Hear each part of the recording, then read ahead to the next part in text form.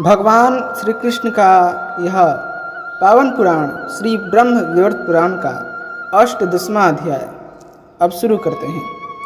ब्रह्मा आदि देवताओं द्वारा उपवरण को जीवित करने की चेष्टा, मालावती द्वारा भगवान श्री कृष्ण का स्तवन, शक्ति सहित भगवान का गंधर्व के शरीर में प्रवेश तथा गंधर्व का जी उठना, मालावती द्वारा दान एवं मंगलाचार तथा पूर्वोक्त स्तोत्र के पाठ की महिमा। सौती कहते हैं, भगवान विष्णु की माया से मोहित हुए ब्रह्मा और शिव आदि देवता ब्राह्मण के साथ मालावती के निकट गए। ब्रह्मा जी ने सबके शरीर पर कमंडलू का जल छिड़क दिया और उसमें मन का संचार करके उसके शरीर को सुंदर बना दिया। फिर ज्ञान ननंद स्वरूप साक्षात शिव ने उसे ज्ञान प्रदान किया। स्वयं धर्म ने धर्म ज्ञान और ब्राह्मण ने जीव दान दिया। अग्नि की दृष्टि पड़ते ही गंधर्व के शरीर में जेठरानल का प्रकट हुआ गया। फिर काम की दृष्टि पड़ने से वह संपूर्ण कामनाओं से संपन्न हो गया। जगत के प्राण स्वरूप वायु का अधिष्ठान होने से उस शरीर के भीतर निश्वास और प्राणों का संचार होने लगा। फिर सूर्य के अधिष्ठित होने से गंधर्व के नेत्रों में देखने की शक्ति आ गई। वाणी की दृष्टि पड़ने से वाक शक्ति और श्री के दृष्टिपात से शोभा प्रकट हुई। इतने पर ही वह सब नहीं उठा, जड़ की भांति सोता ही रहा। आत्मा का अधिष्ठान प्राप्त न होने से उसे विशिष्ट बोध की प्राप्ति नहीं हुई। तब ब्रह्मा जी के कहने से मालावती ने शीघ्र ही नदी के जल में स्नान किया और 2 धुले वस्त्र धारण करके उस सती ने परमेश्वर की स्तुति प्रारंभ की। मालावती बोली, मैं समस्त कारणों के भी कारण रूप उन परमात्मा की वंदना करती हूँ, जिनके बिना भूतल के सभी प्राणी सबके समान हैं। वे निर्लिप्त हैं, सबके साक्षी हैं, समस्त कर्मों में सर्वत्र और सर्वदा विद्यमान हैं, तो भी सबकी दृष्टि यानी जानकारी में नहीं आते हैं। जिन्होंने सबकी आधारभूता उस परात्परा प्रकृति की सृष्टि की है, जो ब्रह्मा विष्णु और शिव आदि की भी जननी तथा त्रिगुणमयी है। साक्षात जगत सृष्टा ब्रह्मा जिनकी सेवा में नियमित रूप से लगे रहते हैं, पालक विष्णु और साक्षात जगत संहारक शिव भी जिनकी सेवा में निरंतर तत्पर रहते हैं। सब देवता मुनि मनु सिद्ध योगी और संत महात्मा सदा प्रकृति से परे विद्यमान जिन परमेश्वर का ध्यान करते हैं, जो साकार और निराकार भी है, स्वेच्छामय रूपधारी और सर्वव्यापी हैं, वर वरण्य वरदायक, वर देने के योग्य और वरदान के कारण हैं, तपस्या के फल बीज और फलदाता हैं, स्वयं तपः स्वरूप तथा स्वरूप हैं, सबके आधार सबके कारण, संपूर्ण कर्म उन कर्मों के फल और उन फलों के दाता हैं, तथा जो कर्म बीज का नाश करने वाले हैं, उन परमेश्वर को मैं प्रणाम करती हूँ। वे स्वयं तेज स्वरूप होते हुए भी भक्तों पर अनुग्रह करने के लिए ही दिव्य विग्रह धारण करते हैं, क्योंकि विग्रह के बिना भक्त जन किसकी सेवा और किसका ध्यान करे। विग्रह के अभाव में भक्तों से सेवा और ध्यान बन ही नहीं सकते। तेज का महान मंडल ही उनकी आकृति है। वे करोड़ों सूर्यों के समान दीप्तिमान हैं।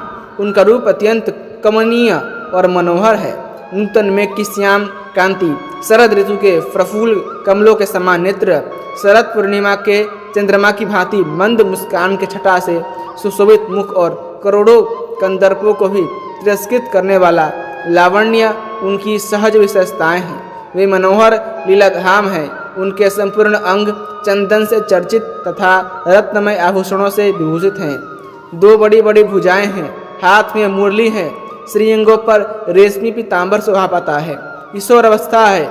वे शांत स्वरूप राधाकांत अनंत आनंद से परिपूर्ण हैं। कभी निर्जन वन में गोपांगनाओं से घिरे रहते हैं, कभी रास मंडल में विराजमान हो राधा रानी से समाराधित होते हैं, कभी गोप बालकों से घिरे हुए गोप वेद से सुशोभित होते हैं, कभी सैकड़ों शिखर वाले गिरिराज गोवर्धन के कारण उत्कृष्ट शोभा से युक्त रमणीय वृंदावन में कामधेनुओं के समुदाय को चराते हुए बाल गोपाल के रूप में देखे जाते हैं।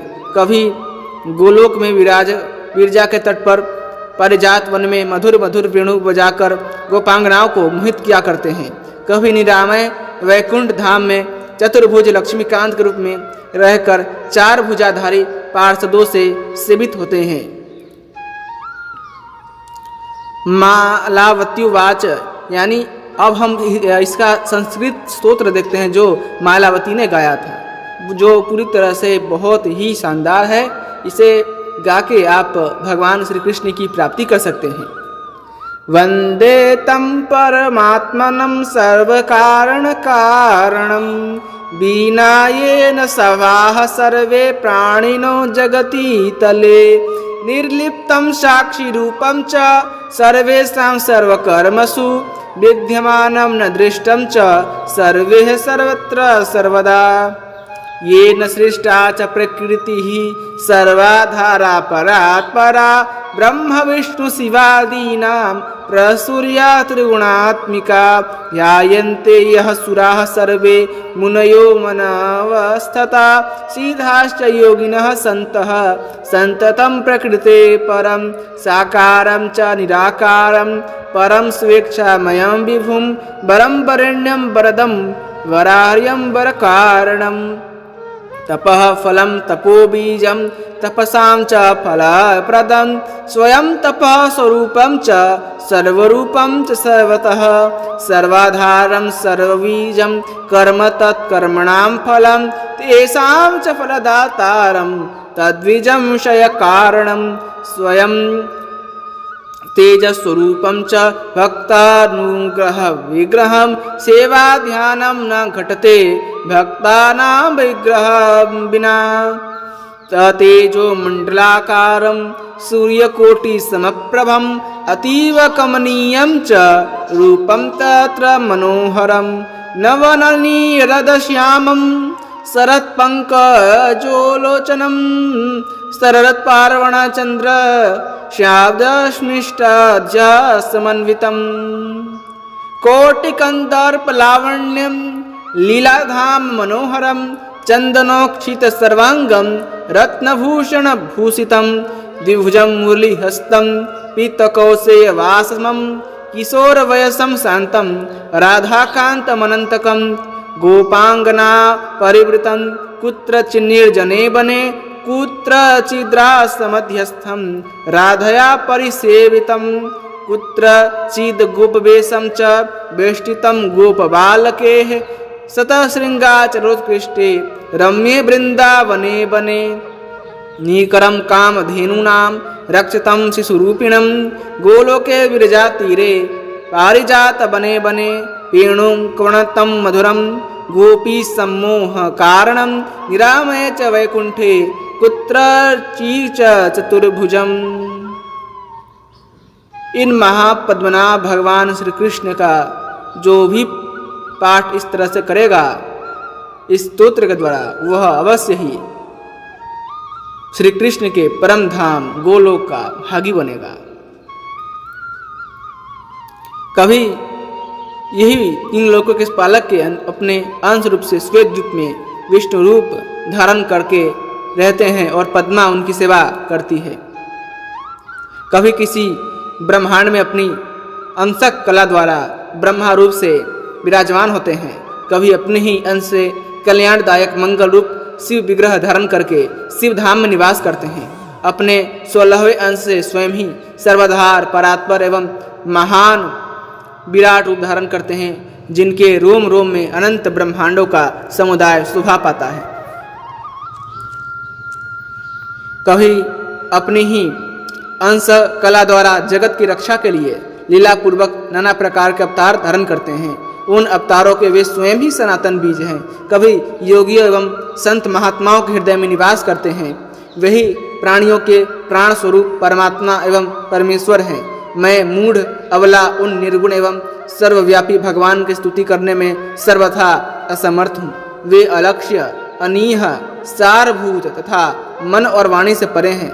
भगवान अनंत सहस्त्र मुखों द्वारा भी उनकी स्तुति नहीं कर सकते। पंचमुख महादेव, चतुर्मुख ब्रह्मा, गजानन गणेश और षडानन कार्तिकेय भी जिनकी स्तुति करने में समर्थ नहीं है। माया भी जिनकी माया से मोहित रहती है। लक्ष्मी भी जिनकी स्तुति करने में सफल नहीं होती, सरस्वती भी जड़वत हो जाती है और वेद भी जिनका स्तवन करने में अपनी शक्ति खो बैठते हैं। उन परमात्मा का स्तवन दूसरा कौन विद्वान कर सकता है? मैं शोकातुर अबला उन निरीह परात्पर परमेश्वर की स्तुति क्या कर सकती हूँ? ऐसा कहकर गंधर्व कुमारी मालावती चुप हो गई और फुट फुट कर रोने लगी। भय से पीड़ित हुई उस सती ने कृपा निधान भगवान श्री कृष्ण को बारंबार प्रणाम किया।